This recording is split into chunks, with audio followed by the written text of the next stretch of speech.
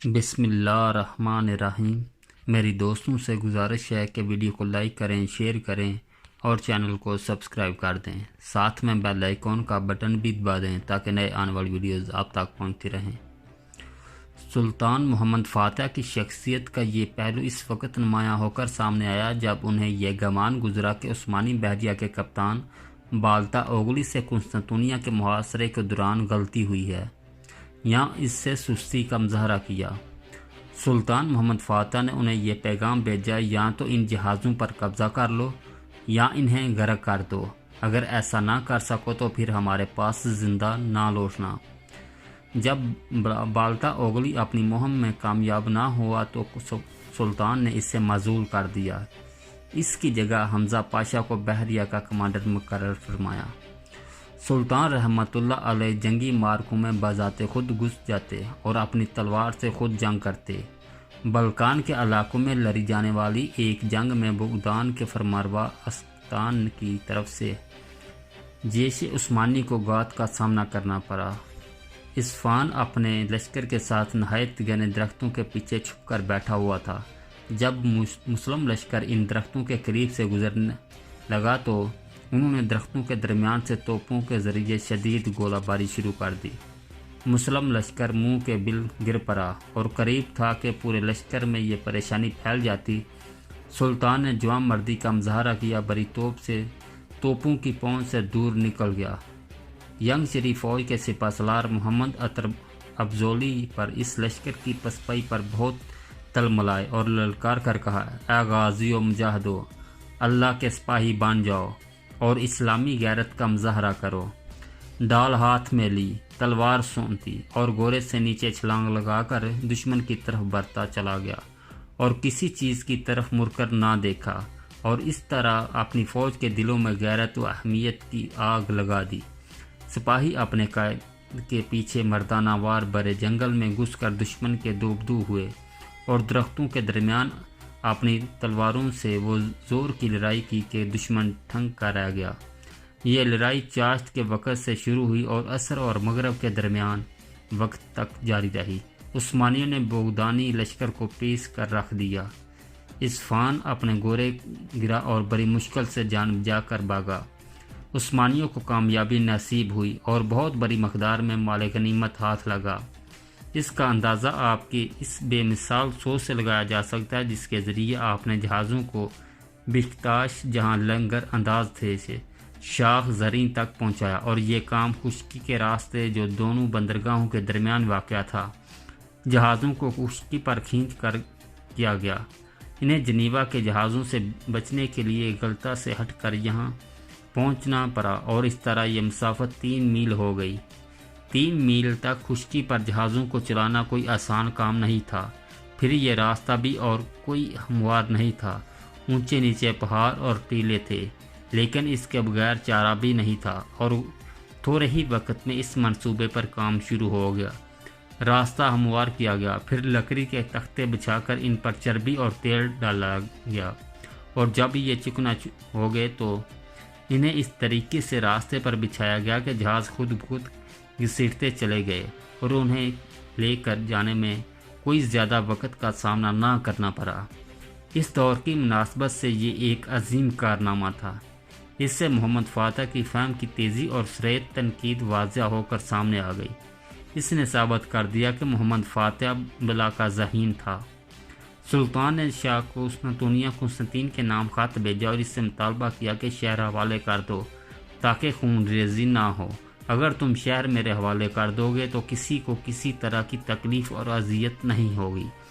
جو شہر میں رہنا چاہے گے انہیں ہر طرح کی آزادی ہوگی، اور جو شہر سے جانا چاہیں گے اس سے تعارف نہیں کیا جائے گا۔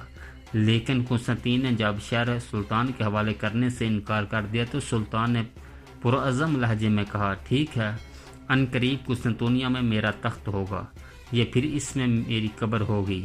جب لکڑی سے بنائے گئے بہت بڑے متحرک قلعہ کو بیزنطینیوں نے جلا کر ڈالا تو اس پر سلطان کا رد عمل تھا، کل ہم اس طرح کے 4 قلعے اور بنائیں گے۔ یہ چیز سلطان کی عظمت اور اپنے ہدف تک پہنچنے کے لیے ڈال جانے کا پتہ دیتی ہے۔ سلطان کے عدل و انصاف کے دنیا پر چرچے تھے۔ اسلامی شریعت کے مطابق آپ اہل کتاب سے حسن سلوک کا برتاؤ کرتے، انہیں ان کی تمام ذہب حقوق دیتے، کسی نصرانی کے ساتھ ظلم و زیادتی نہ کی جاتی، بلکہ سلطان نصرانی زائمہ کی عزت افزائی فرماتے، ان کے سرداروں کے ساتھ اچھا سلوک کرتے۔ سلطان کا نعرہ تھا، عدل سلطنت کی بنیاد ہے۔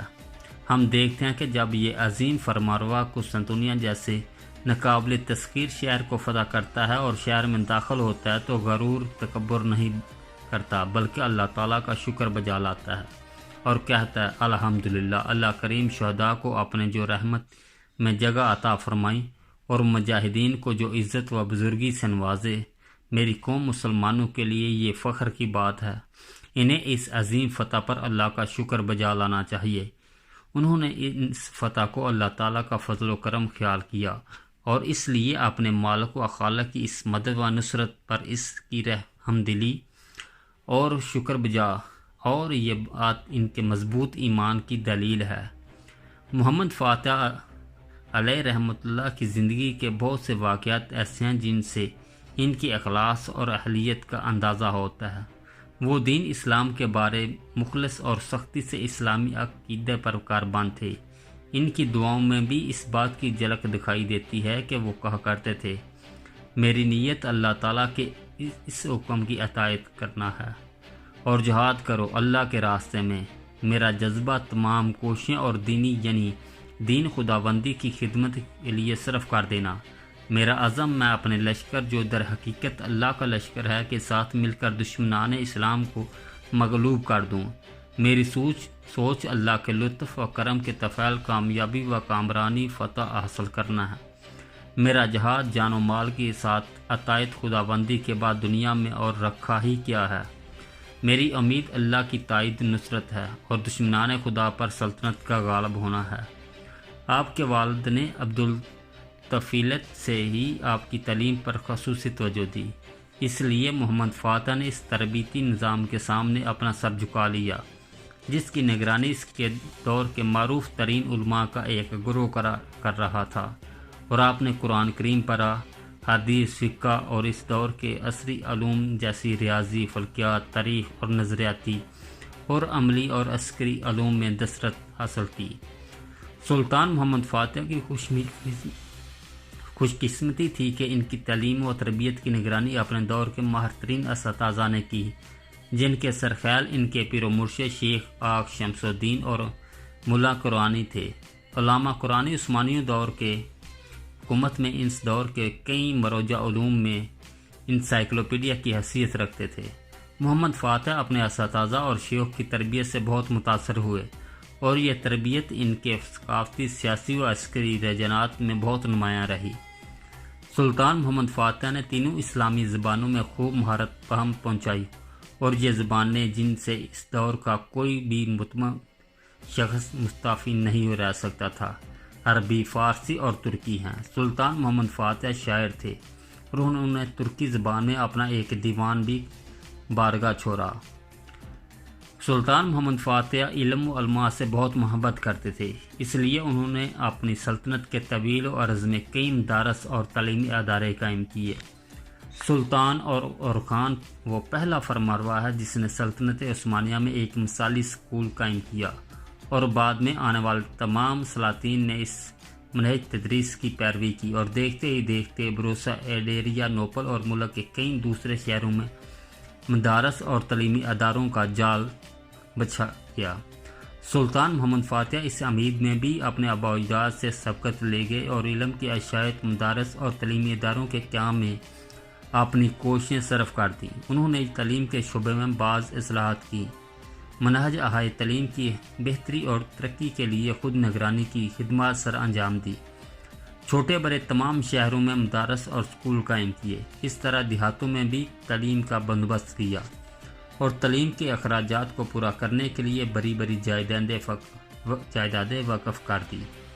ان مدارس کی تنظیم نو کی گئی، کلاسز اور درجات بنائے گئے، اور ہر کلاس اور درجہ کے لیے نصاب مقرر کیا گیا۔ امتحانات کا نظام واضح کیا، کوئی طالب علم ایک مرحلہ سے دوسرے مرحلے میں جانے کا مجاز نہیں ہوتا تھا، جب تک کہ وہ پہلے مرحلے کا نصاب اچھی طرح پڑھ کر امتحان نہ دے دیتا۔ سلطان محمد فاتح تعلیمی امور کی کڑی نگرانی کرتے تھے، خود اس بارے ہدایات دیتے تھے۔ کبھی کبھار طلباء کے امتحانات کے دوران حاضر ہو جاتے، وقتاً فوقتاً مدارس کا معائنہ کرتے۔ اساتذہ جو درس دے رہے ہوتے اس طلباء میں بیٹھ کر سنتے اور اسے اور خیال نہیں کرتے تھے۔ طلباء کو محنت، کوشش اور جدوجہد کی تلقین کرتے تھے، اور جو اساتذہ طلباء بہتر کارکردگی کا مظاہرہ کرتے انہیں احتیاط دیتے اور ان کی حوصلہ افزائی کرتے۔ بخل سے کام نہیں لیتے تھے۔ پورے ملک میں تعلیم مفت دی جاتی تھی اور اس پر طلباء کا کچھ خرچ نہ اٹھتا تھا۔ ان مدارس کے اندر جو نصاب تعلیم مروج تھا، ان میں تفسیر حدیث، فقہ، ادب، بلاغت، معانی، بیان، بدیع اور ہندسہ کو خاص اہمیت حاصل تھی۔ قسطنطنیہ میں ان کی مسجد کے پہلو میں 8 مدرسے تھے، جہاں پر آخری مرحلہ کی تعلیم مکمل کروائی جاتی تھی۔ اس مدارس کے ساتھ طلباء کی رہائش کے لیے کمرے بھی تھے۔ سونے اور کھانے کے کمرے الگ الگ تھے۔ ہر طالب علم کو ماہانہ وظیفہ ملتا تھا۔ ان مدارس میں پورا سال تعلیم ہوتی تھی۔ مدارس کے ساتھ لائبریری بھی ہوتی، اور لائبریری کی خدمت صرف اس شخص کے سپرد کی جاتی جو علم و تقوی کا حامل ہوتا، کتابوں اور منصفین کے اسماء میں کامل مہارت رکھتا ہوتا۔ لائبریرین طلباء اور اساتذہ کو مطلوبہ کتاب عطیہ دیتا اور ایک خاص نظام کے تحت کتاب ایشو کی جاتی۔ وہ کتابیں جو ایشو کی جاتی ان کے نام ایک الگ رجسٹر میں درج ہوتے۔ کتاب لینے والا اس بات کا پابند ہوتا کہ وہ کتاب مقررہ تاریخ پر واپس کرے اور کتاب کو کوئی نقصان نہ پہنچا ہو، اس کی جلد بھی سلامت ہو اور اوراق بھی پھٹے ہوئے نہ ہوں۔ کم از کم ہر 3 ماہ کے بعد لائبریری کا آڈٹ کیا جاتا ہے۔ ان مدارس میں ابتدائی اور ثانوی تعلیم کے علاوہ PhD تک کی تعلیم دی جاتی تھی۔ علوم نقلیہ اور عقلیہ کے مخصوص سیکشن تھے۔ اس طرح تطبیقی ٹیکنیکل علوم کے بھی کئی سیکشن تھے۔ پورے ملک میں تعلیم کی قدرتی عروج پر تھے۔ وزراء، علماء اور اہل ثروت مدارس، مساجد، تعلیمی ادارے اور ویلفیئر ٹرسٹ بنانے میں ایک دوسرے سے آگے نکلنے کی کوشش میں رہتے تھے۔ محمد فاتح علماء ادب کا بڑا قدردان تھا۔ ان کی نظر میں اہل علم انسانیت کا فخر تھے۔ انہوں نے علم کو اپنے قریب کیا، ان کی عزت افزائی کی، انہیں کام کرنے اور نئی نئی کتابیں لکھنے کی ترغیب دی اور ان پر اپنی دولت خرچ کی۔ علماء کے عطیات اور ان تنخواہوں میں اضافہ کیا۔ ان کے لیے وظائف جاری کیے تاکہ وہ اطمینان کے ساتھ تعلیم و تعلم کے ساتھ توجہ دے سکیں۔ آپ نے ان کی بے حد تعظیم کی۔ اگر کوئی دشمن بھی عالم ہوتا تو اس کی بھی قدردانی کرتے اور اس کی دشمنی کو اس راہ میں آڑے نہ آنے دیتے۔ جب آپ نے فرمان کو اپنی سلطنت میں شامل کیا تو مزدوروں اور کاریگروں کو قسطنطنیہ لے جانے کا حکم صادر کیا۔ ان کے وزیر روم محمد پاشا نے لوگوں پر سختی کی، جن میں کچھ علماء بھی تھے۔ ان میں ایک عالم کا نام احمد چلسی تھا جو سلطان امیر علی کے فرزند تھے۔ جب سلطان کو معلوم ہوا کہ احمد چلسی عالم ہے اور وزیر روم محمد پاشا نے ان کے ساتھ زیادتی کی ہے تو سلطان نے ان سے معذرت کی اور انہیں اپنے رفقا کی معیت میں عزت و اکرام کے ساتھ واپس بھیج دیا۔ اوزون حسن ترکمانوں کے سردار جو کئی بار علم بغاوت بلند کر چکے تھے اور کئی بار عہد شکنی کے مرتکب ہو چکے تھے، ہزیمت خور سلطان محمد فاتح کے سامنے پیش کیا گئے۔ اس کے ساتھ کئی دوسرے قیدی بھی تھے۔ سلطان نے حکم دیا کہ سب قیدیوں کو قتل کر دیا جائے سوائے اہل علم و معرفت کے۔ ان قیدیوں میں قاضی محمد شریع بھی تھے جو اپنے زمانہ کے جلیل القدر عالم تھے۔ سلطان نے ان کی حدود درجہ تعظیم کی اور ان سے کئی قسم کا تعرض نہ کیا۔ سلطان محمد فاتح علماء اور اہل تقوی اور روح کا بڑا احترام کرتے تھے۔ کبھی کبھار معمولی غلطی پر آپے سے باہر ہو جاتا، لیکن بہت ہی جلد وہ اپنے وقار کی طرف لوٹ آتا اور علماء کی عزت کرنے لگتا۔ کتب و تاریخ بیان کرتی ہے کہ سلطان محمد نے اپنے ایک خادم کے ہاتھ علامہ قرآنی کے طرف شاہی فرمان بھیجا۔ ان دنوں علامہ قرآنی لشکر کے قاضی تھے۔ اس فرمان شاہی میں علامہ قرآنی نے کوئی بعض خلافت شروع کی، دیکھی تو آگ بگولا ہو گئے۔ فرمان شاہی کو پھاڑ کر پرزے کر دیا۔ سلطان کے خادم کی خوب پٹائی کی۔ سلطان کو اطلاع ملی تو وہ شیخ کے اس عمل سے بہت برہم ہوئے، فوراً انہیں اس کے عہدے سے معزول کر دیا۔ دونوں میں رنجش پیدا ہو گئی۔ علامہ قرآنی مصر چلے گئے، جہاں سلطان کے تبانی ان کا شاندار استقبال کیا، ان کی نہایت عزت و تکریم کی، انہیں ایک عرصہ تک اپنے پاس ٹھہرا۔